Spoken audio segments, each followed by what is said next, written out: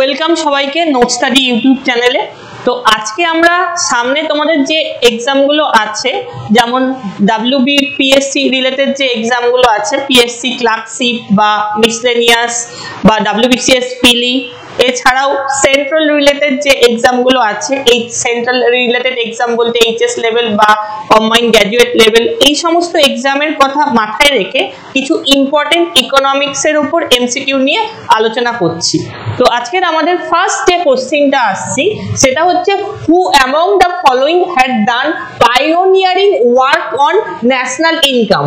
Option A তে দেওয়া আছে দাদাভাই নওরোজি, অপশন বি তে দেওয়া আছে VK RV রাও, অপশন সি হচ্ছে DP ধর, অপশন ডি হচ্ছে প্রফেসর সেনই। তাহলে এখানে দাঁড়িয়ে আমাদের কারেক্ট অ্যান্সার কি বলছি? এখানে দাঁড়িয়ে আমাদের কারেক্ট অ্যান্সার হচ্ছে অপশন এ, অর্থাৎ দাদাভাই নওরোজি। আমরা লক্ষ্য করছি প্রি ইন্ডিপেন্ডেন্স পিরিয়ডে ফার্স্ট টাইম আমাদের কান্ট্রিতে ন্যাশনাল ইনকাম এস্টিমেট করেছিলেন দাদাভাই নওরোজি, এবং এই দাদাভাই নওরোজির লেখা বইটার নাম হচ্ছে poverty and un-British rule in India. তাহলে কোশ্চেন নম্বর 1 এর কারেক্ট অ্যান্সার হলো আমাদের অপশন এ, দাদাভাই নওরোজি। পরের কোশ্চেন নম্বর 2। পরের কোশ্চেনটা কি আসছে? পরের কোশ্চেন আমরা যেটা আসছে এখানে, national income in India is estimated and published by, option A হচ্ছে national sample survey organisation NSSO, option B হচ্ছে national statistical organisation, option C NITI Aayog, option D Indian statistical institute. তাহলে এখানে দাঁড়িয়ে আমাদের কারেক্ট অ্যান্সার কি হচ্ছে? এই মুহূর্তে আমরা যদি দেখি, আমাদের যদি এরকম একটা কোশ্চেন থাকে, তাহলে কারেক্ট অ্যান্সার আমরা বলবো ন্যাশনাল স্ট্যাটিস্টিক্যাল অর্গানাইজেশন। যদি ইন কেস আমাদের অপশনে NSO বলে কোনো মেনশন করা না থাকে কোনো কিছু, আমাদের সেক্ষেত্রে অপশনে মেনশন করা থাকবে CSO, central statistical organisation. CSO কে আমরা দেখতাম আমাদের কান্ট্রিতে ন্যাশনাল ইনকাম এস্টিমেট করতে আপ টু 2019 পর্যন্ত।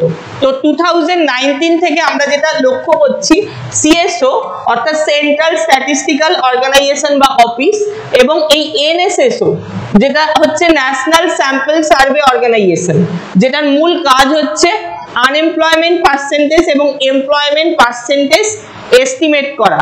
তো এই CSO এবং NSSO এই দুটো অর্গানাইজেশনকে আমরা লক্ষ্য করছি 2019 থেকে এরা কিন্তু NSOর আন্ডারে চলে আসছে, অর্থাৎ ন্যাশনাল স্ট্যাটিস্টিক্যাল অর্গানাইজেশন বা অফিস। তাহলে কারেক্ট অ্যান্সার আমরা কি বলবো এখানে? কারেক্ট অ্যান্সার বলবো option B, national statistical organisation. পরের কোশ্চেন নাম্বার 3 দেখো, which of the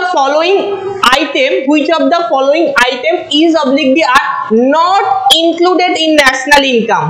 অর্থাৎ জাতীয় আয়ের মধ্যে বা ন্যাশনাল ইনকামের মধ্যে কোন পার্টটা ইনক্লুড হচ্ছে না? অপশন এ তে কি দেওয়া আছে? ক্যাপিটাল কনজাম্পশন অ্যালাউয়েন্সেস, যেটাকে আমরা বলতে পারি depreciation cost.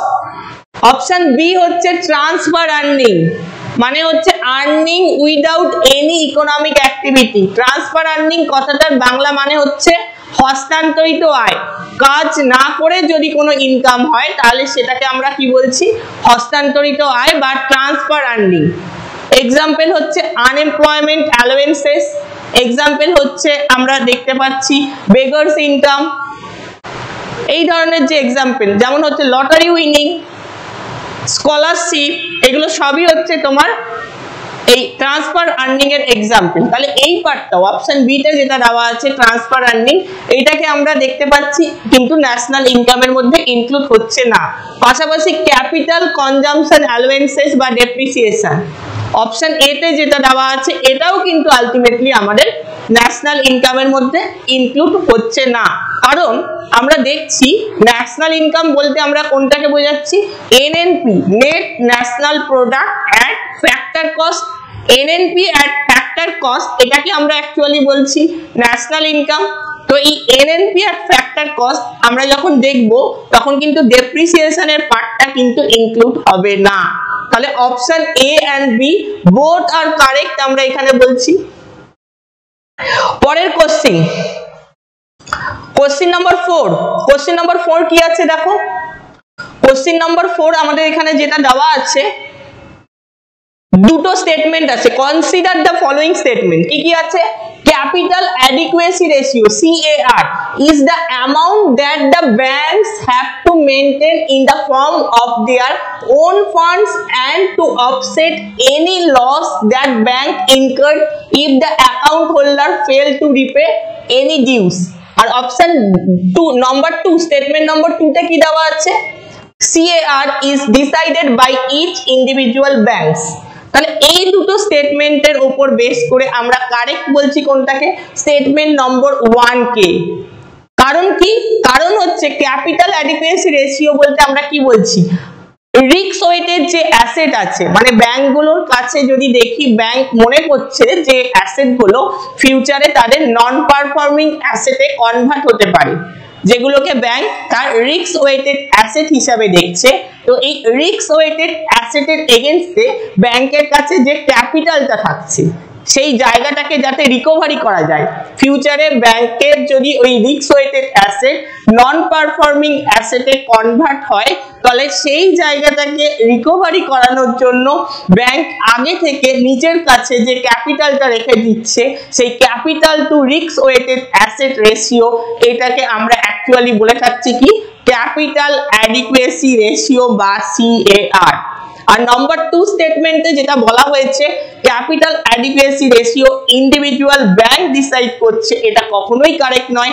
Capital adequacy ratio আমরা দেখতে পারি যে আমাদের কান্ট্রি সেন্ট্রাল ব্যাংক RBI এর একটা গাইডলাইন থাকে এবং এর পাশাপাশি রেকমেন্ডেশনের কথা যদি বলা হয় ক্যাপিটাল অ্যাডিকুয়েসি রেশিওতে, তাহলে দেখতে পারবো যে এই যে নরসিংহাম কমিটি হয়েছে, যেটাকে আমরা অ্যাকচুয়ালি বলে থাকছি ব্যাংকিং সেক্টর রিফর্ম কমিটি 1 বা 2 1991 বা 1998 এ হয়েছিল, তো সেখানে আমরা লক্ষ্য করছি একটা রেকমেন্ডেশন করা হয়েছে ক্যাপিটাল অ্যাডিকুয়েসি রেশিও নিয়ে। পরের কোশ্চেন নাম্বার 5 আমরা কি আসছি দেখো, which of the following are correct for real GDP। কি বলা হয়েছে, অপশন এ তে যেটা বলা হয়েছে current year production valued at current prices, option B তে বলা হয়েছে current year production valued at base year, option C তে বলা হয়েছে current year production valued at last year prices, আর ডি তে বলা হয়েছে current year production valued at forecasted prices. তো এখানে কি বলবো, রিয়েল জিডিপি মানে current year production valued at base year prices. Current ইয়ারের যে প্রোডাকশনটা হচ্ছে তার ভ্যালুয়েশনটা আমরা অ্যাকচুয়ালি বেস ইয়ার প্রাইসে নিচ্ছি। এখানে বেস ইয়ার বলতে অ্যাকচুয়ালি আমরা কি বোঝাচ্ছি, বেস ইয়ার বলতে আমরা অ্যাকচুয়ালি একটা স্টেবল ইয়ারকে বুঝিয়ে থাকছি, মানে যে ইয়ারটায় আমরা ইন জেনারেল যদি লক্ষ্য করি সেরকম ভাবে কোনো ন্যাচারাল ক্যালামিটি মানে প্রাকৃতিক বিপর্যয় হয়নি, অর্থাৎ ফ্লাড, ড্রট, আর্থকুয়েক এই ধরনের কোনো ন্যাচারাল ক্যালামিটি আমরা দেখতে পাচ্ছি না, বা inflationary pressure, high rate of inflation এটাও আমরা দেখতে পাচ্ছি না। এরকম একটা স্টেবল ইয়ারকে আমরা বলে থাকি বেস ইয়ার। তো কারেন্ট ইয়ারের যে প্রোডাকশন হচ্ছে তার ভ্যালুটা আমরা যখন এই বেস ইয়ারের প্রাইসে নিচ্ছি সেটাকে আমরা বলছি রিয়েল জিডিপি। তাহলে কারেক্ট অ্যান্সার কি হলো আমাদের এখানে, কারেক্ট অ্যান্সার হলো option B current year production valued at base year. তো আরেকটা জিনিস একটু বলে রাখি, সেটা হচ্ছে নমিনাল জিডিপি। নমিনাল জিডিপি হচ্ছে আমরা যখন দেখছি কারেন্ট ইয়ারের যে প্রোডাকশন হচ্ছে তার ভ্যালুটা আমরা যদি কারেন্ট ইয়ারের প্রাইসে নিই, মানে current year production valued at current year prices, সেটাকে আমরা কি বলছি, নমিনাল জিডিপি। তো এই নমিনাল জিডিপির ক্ষেত্রে আমরা কিন্তু একটা ইনফ্লেশনারি প্রেসার দেখব। নমিনাল জিডিপির ভ্যালুয়েশন বাড়তে থাকলে আমরা সব সময় কনক্লুশনে আসতে পারছি না যে ইকোনমিক গ্রোথ হচ্ছে, কারণ নমিনাল জিডিপির যে ভ্যালুয়েশন বাড়ছে তার পেছনে দুটো রিজন থাকতে পারে, একটা হচ্ছে প্রোডাকশন বাড়া আর একটা হচ্ছে প্রাইস লেভেল বাড়া। কিন্তু রিয়েল জিডিপি যেটার উপর বেস করে আমরা কনক্লুশনে আসতে পারছি যে কোনো একটা কান্ট্রিতে বা কোনো একটা ইকোনমিতে অ্যাকচুয়াল গ্রোথ রেট কতটা জেনারেট করছে। কারণ রিয়েল জিডিপির যে ভ্যালুয়েশনটা নেওয়া হচ্ছে সেটা আমরা কিভাবে নিচ্ছি, কারেন্ট ইয়ারের যে প্রোডাকশন হচ্ছে সেটার ভ্যালুটা আমরা বেস ইয়ারের প্রাইসে নিচ্ছি। ন্যাচারালি একটা ফাইন্যান্সিয়াল ইয়ারের সাথে আরেকটা ফাইন্যান্সিয়াল ইয়ারের আমরা যখন কম্পারিজন করছি আমরা দেখতে পাচ্ছি যে রিয়েল জিডিপির পার্সেন্টেজ বাড়া বা ভ্যালুয়েশন বাড়া, এটার পেছনে মূল কারণ হচ্ছে কিন্তু প্রোডাকশন বাড়া। কারণ বেস ইয়ারের প্রাইসের তো কখনো চেঞ্জ হবে না, বেস ইয়ারের প্রাইস তো ফিক্সড আছে। আজ থেকে 10-15 বছর আগেকার আমরা একটা প্রাইস নিয়েছি, এই প্রাইসটা কি কখনো চেঞ্জ হবে? কখনোই হবে না। আজ রিয়েল জিডিপির ভ্যালুয়েশন বাড়ছে বা পার্সেন্টেজ বাড়ছে, এর পেছনে মূল কারণ হচ্ছে তোমার প্রোডাকশন বাড়া। সেই কারণে আমরা বলে থাকি যে actual measurement of economic growth আমরা সবসময় রিয়েল জিডিপি কে বলি, কখনোই নমিনাল জিডিপি কে বলি না, এটা মাথায় রাখবে। পরের কোশ্চিন আমাদের কোশ্চিন নাম্বার 6। কোশ্চিন নাম্বার 6 কি বলা হয়েছে দেখো একটু ভালো করে। গিনি coefficient of poverty, Gini coefficient is a device of poverty estimation that simply implies কি হবে? অপশন এ তে দেওয়া আছে inequalities in income of country, option B তে health standard of people, option C তে education attainment, অপশন ডি তে all of the above। তাহলে আমরা অ্যাকচুয়ালি যদি লক্ষ্য করি ইনইকুয়ালিটি এস্টিমেট করছি কোন দেশে কতটা বৈষম্য আছে, আর্থিক বৈষম্যতা আছে, সেটা আমরা কিন্তু মূলত গিনি কোএফিসিয়েন্ট এবং লোরেন্জ কার্ভের উপর বেস করে বুঝতে পারি। এই গিনি কোএফিসিয়েন্টের ভ্যালুয়েশন যদি দেখা যায় তাহলে আমরা দেখতে পারবো 0 থেকে 1 এর মধ্যে কিন্তু লাই করছে, 0 থেকে 1 এর মধ্যে লাই করছে। তাহলে 0 যদি এক্স্যাক্টলি 0 যদি হয় গিনি কোএফিসিয়েন্টের ভ্যালুয়েশন, তাহলে আমরা বলবো লাইন অফ পারফেক্ট ইকুয়ালিটি। অর্থাৎ কোন কান্ট্রিতে বা কোন ইকোনমিতে যত ওয়ার্কিং লেবার ফোর্স আছে প্রত্যেকের ইনকাম কিন্তু এক্ষেত্রে সমান হচ্ছে। আর গিনি কোএফিসিয়েন্টের ভ্যালুয়েশন 1 হওয়া মানে আমরা অ্যাকচুয়ালি বুঝতে পারছি কোন একটা কান্ট্রি বা ইকোনমিতে ম্যাক্সিমাম ইনইকুয়ালিটি দেখতে পাওয়া যাচ্ছে। আচ্ছা, পরের কোশ্চেন আসছি আমরা, question number 7। Which bank gives long term loan to farmers? Which bank gives, একটু তোমরাও চেষ্টা করো অ্যানসারটা দেওয়ার। Which bank gives long term loans to farmers? কি হবে? Regional rural banks, option A, option B হচ্ছে নাবার্ড, অপশন সি হচ্ছে land development bank, option D হচ্ছে অল অফ দ্য অ্যাবাভ।